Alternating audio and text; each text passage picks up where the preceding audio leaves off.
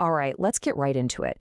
When you hear the word narcissist, I bet a specific picture pops into your head, right? Someone loud, charismatic, always got to be the center of attention. But what if the most dangerous kind of narcissist isn't like that at all? What if they operate from the shadows, not with charm, but with victimhood? Today, we're pulling back the curtain and unmasking the covert narcissist. So, on one side, you've got that classic, grandiose narcissist we all think we know. Super confident, charming, and just openly arrogant. But then, you have the covert type, and they look like the total opposite. They seem victimized, anxious, kind of sullen and resentful.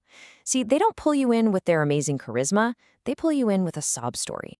And let's be really clear on this definition, because that word covert can throw you off.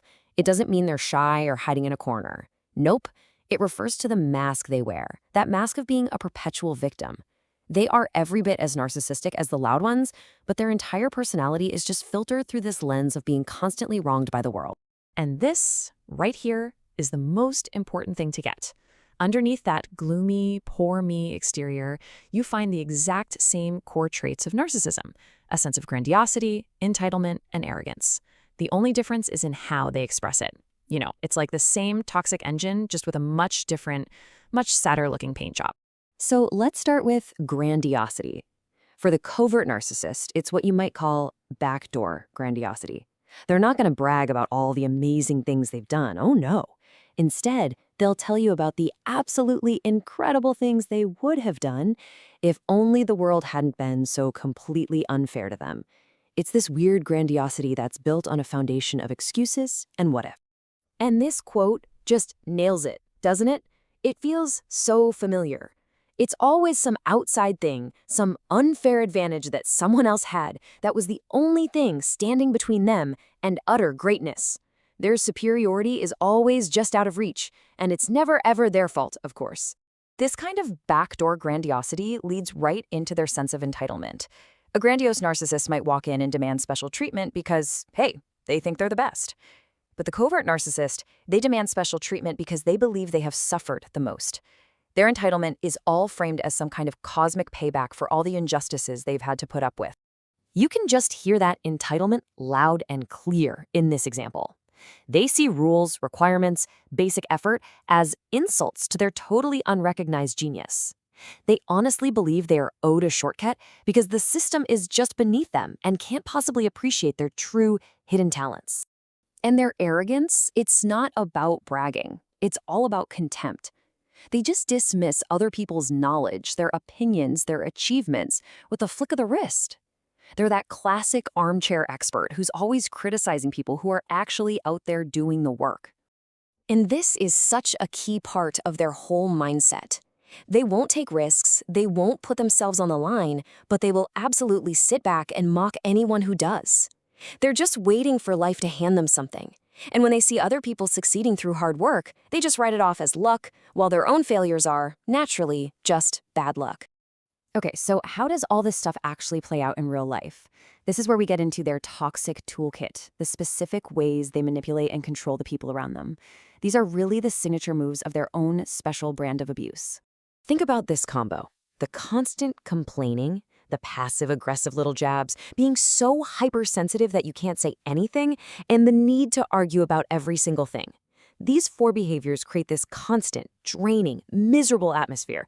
Nothing is ever good enough. You can't offer a simple suggestion without them having a total meltdown. It's just exhausting.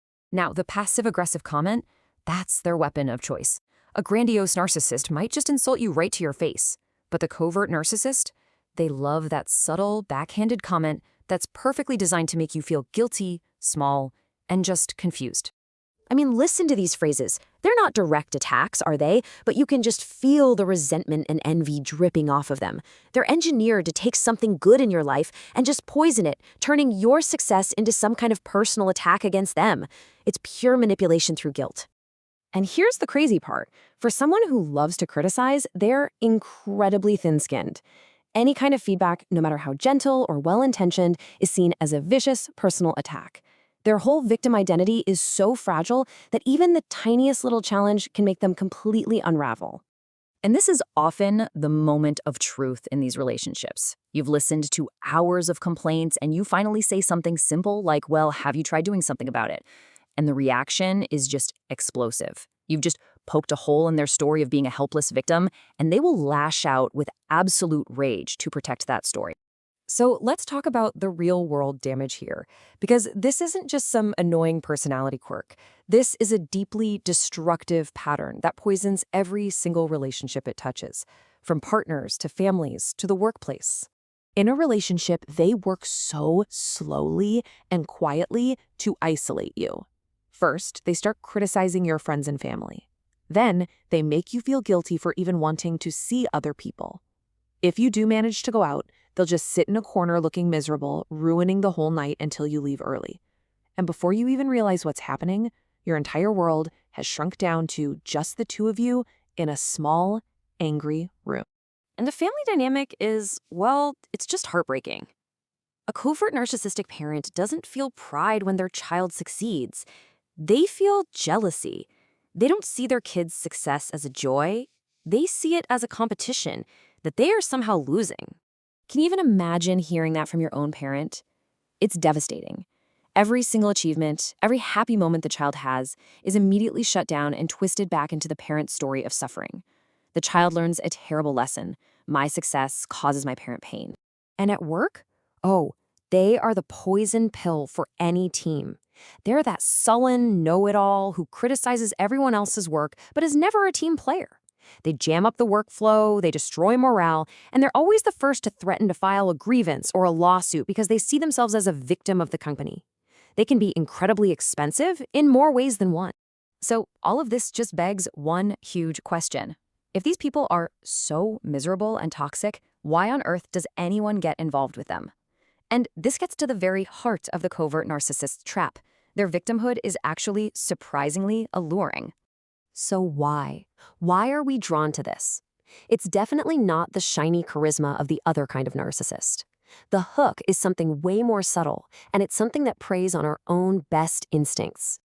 Here are the hooks. First, you just feel sorry for them in their sad story. This can kickstart a rescuer fantasy in us, this idea that maybe our love is the one thing that can finally save them. They're also really easy to mistake for someone who's just oppressed. Plus, they build this false intimacy by telling you all their trauma stories super early on. All of this makes them absolute magnets for empathetic people who find it almost impossible to walk away from someone who seems so deeply wounded. And that leaves us with a really tough question. We all know that real suffering exists and it absolutely deserves our compassion. But we also now know that victimhood can be a weapon. So how do we learn to see the difference between a real wound that needs healing and a careful manipulation designed to control? Maybe the answer isn't in their words of suffering, but in their patterns of behavior. That's something to think about.